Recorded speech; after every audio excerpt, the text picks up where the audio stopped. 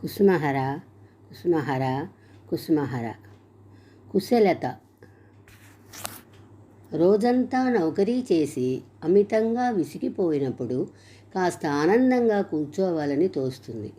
అలా వినోద కార్యక్రమాలకు పోయి సరదాగా కాలం గడిపి మానసికంగా శ్రమను పోగొట్టుకోవాలనిపిస్తుంది.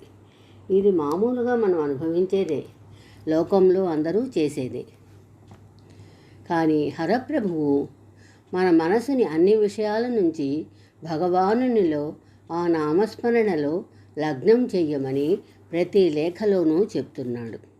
తింటూ తిరుగుతూ పరుండి నిద్రలోనూ కలలోనూ కూడా నామం చేయమంటున్నాడు. ఆ నామస్మరణ జరిగే స్థలాలకి పొమ్మంటున్నాడు. అలా నామస్మరణ చేసే భక్తుల సాంగత్యం చేయమంటున్నాడు. రాత్రింబవళ్ళు నామస్మరణ చేయమంటున్నాడు. మన సంసారం, మనం పట్టుకున్న బంధుబాంధవులందరిలో ఈ ప్రభుని బోధలు, నామస్మరణ, భజనలు వీటికి సంబంధించిన వాసనే కనపడదు. ఎంతకీ ప్రాపంచిక సంబంధమైన మాటలే, అంటే మాయయే కనపడుతుంది. పొరపాటుగానైనా భగవానుని మాటల్ని జ్ఞాపకం చేసుకోబోతే ఆ కాస్తంత ధ్యాసను కూడా పూర్తిగా పోగొట్టుకుంది. ఉద్యోగం చేసుకొని కాస్త విశ్రాంతి తీసుకునే సమయంలోనే ప్రభుని బోధలను జ్ఞప్తికి తెచ్చుకొని నామస్మరణ చేసుకునేందుకు ఏకాంత స్థలానికి పోవాలనుకున్నా, లేదా ఎక్కడైనా సంకీర్తన జరుగుతుంటే అక్కడికి పోవాలనుకున్నా మన ప్రాపంచిక వాతావరణమే అడ్డు తగలవచ్చు. సంసారం, స్నేహ బృందం సమస్తం అడ్డు తగలవచ్చు. ఎందుకంటే వారు ఈ ప్రభు బోధకి ప్రాముఖ్యత ఇవ్వరు కదా. అందరి మాటను దూరంగా పెట్టి బ్రతికి ఉన్నంత వరకు ఒకరికొకరు తోడుగా ఉండే భార్యాభర్తలలో భక్తికి ప్రాధాన్యత కుదరకపోవచ్చును. ఇద్దరూ ప్రభు బోధలను ఆచరించటం ముఖ్యంగా చేసుకోకపోవచ్చును. ఇద్దరికీ ఏకాభిప్రాయం కుదరకపోవచ్చును. ఒకరికి భక్తి ముఖ్యమైతే మరొకరికి ప్రాపంచిక విలాసాలు ముఖ్యం కావచ్చును. ఇలా ఎంతెంతమందినో చూస్తున్నాము. భగవానుని బోధలు మననం చేసుకోవాలంటే అందుకు ఈ తోడు పనికిరాక బాధపడేది ఎందరో. అంతదాకా ఎందుకు? ఏ సద్గోష్ఠికో, ఏ దైవాలయానికో, సంకీర్తనకో వెళ్ళాలనే ఉద్దేశం కలిగితేనే మన సంసారం అడ్డుకుంటుంది. ఈ మార్గపు తీరు, దీనిలోని ఆనందం అర్థం చేసుకునేదెవరు? ప్రాపంచిక జీవులలో ప్రభుభక్తికి తావెక్కడిది? భక్తి మార్గం తలుచుకుంటేనే వారికి భయం కలుగుతుంది. మరి మనం వారి మాటలకే విలువ ఇచ్చి ప్రభుని మాటలను తోసివేయాలా? ప్రభుని మాటలకు విలువ ఇచ్చి వారి మాటలను తోసివేయాలా? ఏ విషయాన్నైనా మన మెదడుతో ఆలోచించి ఒక నిర్ణయానికి వచ్చే బదులు శ్రీ హరనాథుడు ఏమి చెప్పాడో అది చెయ్యడం మంచిది. అందువల్ల ప్రభువు ఈ విషయంలో ఏమి చెప్పాడో తెలుసుకుందాం. ఏదో విధంగా కొంచెం ప్రయత్నించి చూడు. కాస్త ఇంటి నుంచి దూరంగా ఉండగలిగితే మనసుకు ఎంతో ఆనందంగా ఉంటుంది, సందేహం లేదు. ఎక్కడ మధుర నామగానం జరుగుతూ ఉంటుందో అక్కడికి వెళ్ళు. అయితే చూడు, సంసారంలో నీ వల్ల ఏ బాధ పుట్టకూడదు. ఏ రోజున ఎక్కడైనా రాత్రి బాగా పొద్దుపోతుందనుకో, ఆ రోజు పొద్దున్నే ఈ రాత్రికి రాలేను అని చెప్పి వెళ్ళు. ఈ పద్ధతిగా అన్ని విధాలా జాగ్రత్త పడుతూ పో. నీ వల్ల ఎవరికీ ఏ కష్టం కలగకూడదు. శ్రీ హరప్రభువు మనకి యుక్తిని నేర్పుతున్నాడు. వాస్తవంగా ఆనందం అనేది కేవలం ప్రభుని నామస్మరణలో, ప్రభు ధ్యాసలోనే ఉంది.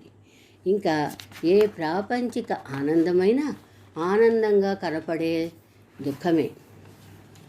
సత్యమైన ఆనందము ప్రభుని నామ సంకీర్తన, ప్రభుభక్తుల సాంగత్యము, ప్రభు భావంలోనే ఉంది. కానీ ఈ సత్యం ఎరుగని వారి మధ్యలోనే మనం నిరంతరం ఉండాలి. అలా బ్రతుకు గడపాలి.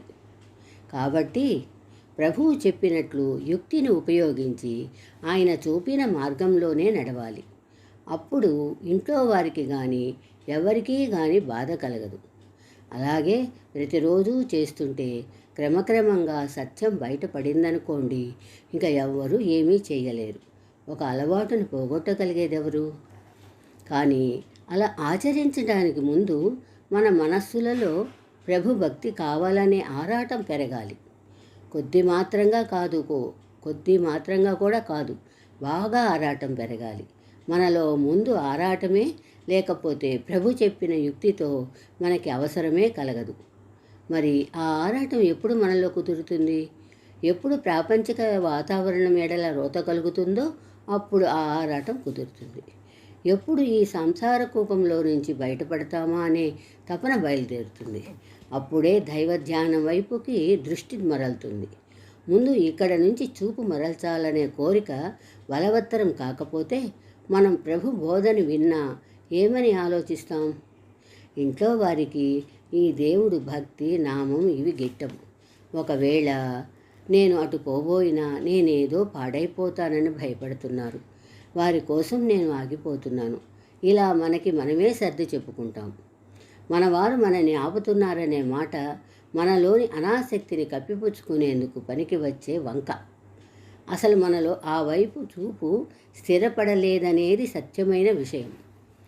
ఇటువంటి భక్తుడికి శ్రీ హరప్రభు ఇలా రాశాడు: అన్యాయం చేసేటప్పుడు భార్య వద్దని చెప్తుంటే ఏమీ భయం కలగదు, కానీ ఈ శుభప్రదమైన పని చేసేటప్పుడు భయం కలిగిందా? నిజమే.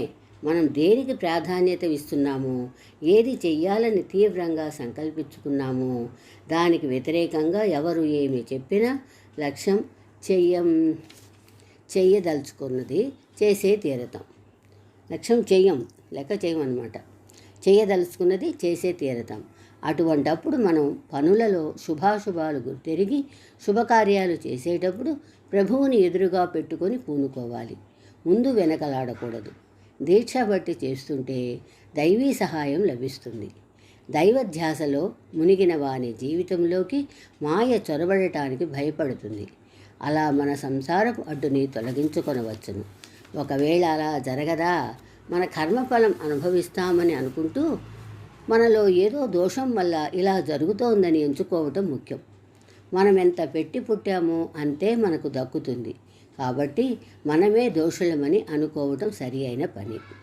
శ్రీ హరప్రభు చెప్తున్నారు, మానవుడు తన కర్మఫలాన్ని అనుభవిస్తూ ఉంటాడు, కానీ ఇతరుల తలలపై దోషాలను రుద్దుతూ ఉంటాడు. ఇది సంపూర్ణంగా పొరపాటు. కాబట్టి ఎవరిని ఈ విషయంలో దోషులుగా ఎంచక మనకి మనమే ఆ నామధారిలో ధ్యాస నిలుపుతూ నామం నిరంతరం చేస్తూ ఎలాగో ప్రభువు చెప్పినట్లు యుక్తియుక్తంగా బ్రతుకులు గడుపుదాం. అనుకూలం కాని తోడు మనసా అయితే ప్రభుని తోడుగా చేసుకొని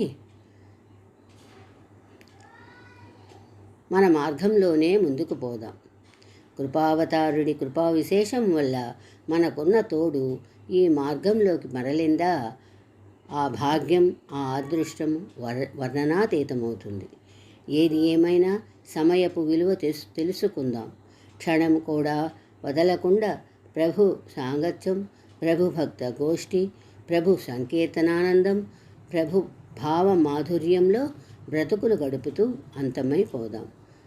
అనంతంగా భూమి మీదకు వస్తూ కర్మ భోగిస్తూ తిరిగి వెళ్ళిపోతూ ఉండే ఈ చక్రభ్రమణంలో నుంచి మనం బయటపడుదాం. ప్రభుని ప్రశాంత సన్నిధిలో నిలిచిపోదాం. ఒకవేళ ఈ భూమి మీదకు వచ్చినా ప్రభుని వారమై ప్రభు కార్యార్థమై వద్దాం. జై బలో శ్రీ కుసుమహరనాథ్ కి జై.